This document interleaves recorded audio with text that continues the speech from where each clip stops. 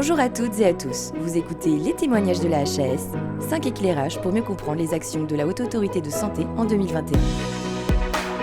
2021 a été une année charnière dans la lutte contre la Covid-19, mais aussi une année de confusion pour certains, avec l'arrivée de nouveaux variants, l'évolution du protocole sanitaire, de la stratégie de dépistage, d'isolement ou encore de vaccination.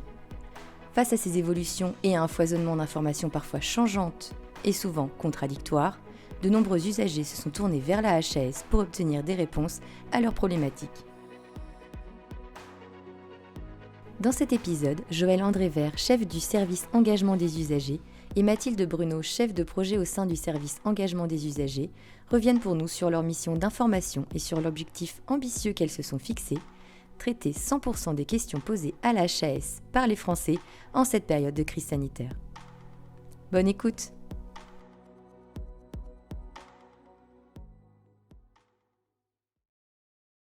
Dès le début de l'épidémie, la HAS était forcée d'informer au mieux les personnes qui vivaient en France. Joël André-Vert, chef du service engagement des usagers de la HAS. Et bien sûr, nous avons utilisé les médias, la presse, mais au sein de notre service engagement des usagers, nous avons cherché à informer ces personnes de 3 manières différentes.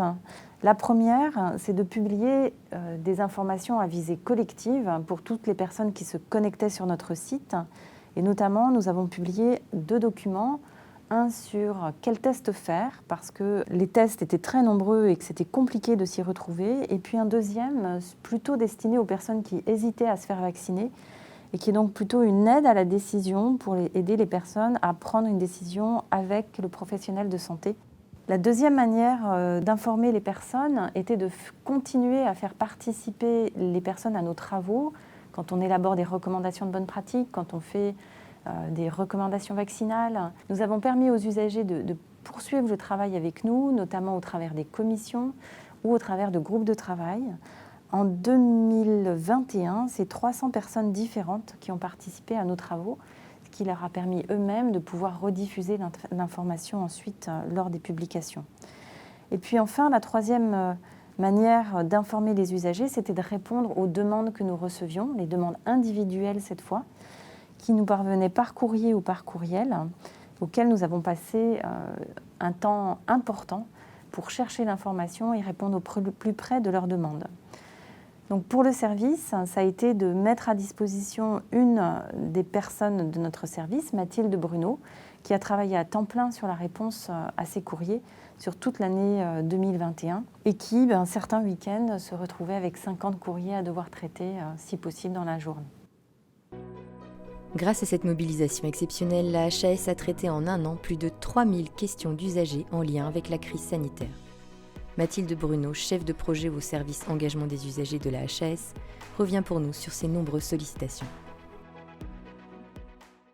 On a reçu énormément de courriers en 2021 pendant cette crise du Covid. L'objectif, c'était d'apporter des réponses à tous les citoyens, des réponses factuelles et adaptées, et surtout actualisées en fonction des informations, parce que c'était un sujet très évolutif, et donc il fallait que notre réponse puisse correspondre à la fois à l'actualité chaude et à la fois répondre à leurs demandes particulières. J'ai dû faire un travail de veille active pour répondre au mieux aux demandes des usagers. Concernant les délais de réponse, on a fait en sorte de répondre au plus vite en fonction de l'actualité, et le délai moyen sur les questions Covid en 2021 est de 6 jours. Est-ce que certaines demandes d'usagers ont pu avoir un impact sur l'élaboration des recommandations à la HAS ? La réponse est oui. Certaines ont pu avoir un impact puisqu'elles ont inspiré les chefs de projet pour leur permettre d'élaborer des recommandations plus adaptées aux situations de terrain. Notamment, je prends l'exemple d'une maman qui nous a écrit en mars 2021, au moment de la mise en place des tests pour passer les frontières, et qui nous expliquait sa situation de maman divorcée avec un jeune enfant de 6 ans qui devait 2 fois par semaine passer la frontière pour aller au Luxembourg, et qui donc devait passer 3 tests nasopharyngés par semaine.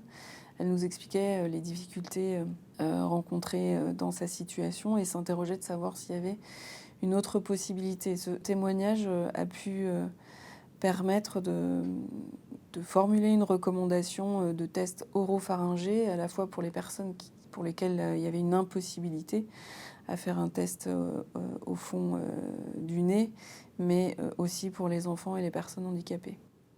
Par ailleurs, certains usagers ont pu utiliser leur capacité à agir à l'appui de nos réponses. Notamment, on a eu pas mal d'exemples en juillet 2021 de personnes qui nous interrogeaient sur le schéma vaccinal initial, à savoir si on avait eu la Covid, est-ce qu'il fallait 1 ou 2 doses. Ils avaient bien compris quel était le schéma vaccinal, mais au moment de leur première dose, le centre de vaccination leur confirmait leur second rendez-vous de manière un peu forcée. Pour certains d'entre eux qui nous ont écrit, évidemment, on leur a confirmé que l'information du schéma 1 dose après la Covid était la bonne. Et donc, on les a invités à retourner vers le centre de vaccination pour en discuter avec eux. Certains l'ont fait. Et c'est très bien, puisque c'est la possibilité pour les patients d'être acteurs à la fois pour leur santé, mais aussi du système de santé, en faisant en sorte que les centres de vaccination puissent prendre en compte les dernières recommandations. Et donc, c'était du vrai patient empowerment. C'est déjà la fin de cet épisode. Nous espérons que vous avez pu mieux comprendre comment le service engagement des usagers s'est mobilisé tout au long de l'année 2021. Ces témoignages s'intègrent dans une série de 5 épisodes à retrouver sur le site de la HAS et ses réseaux sociaux. À très bientôt!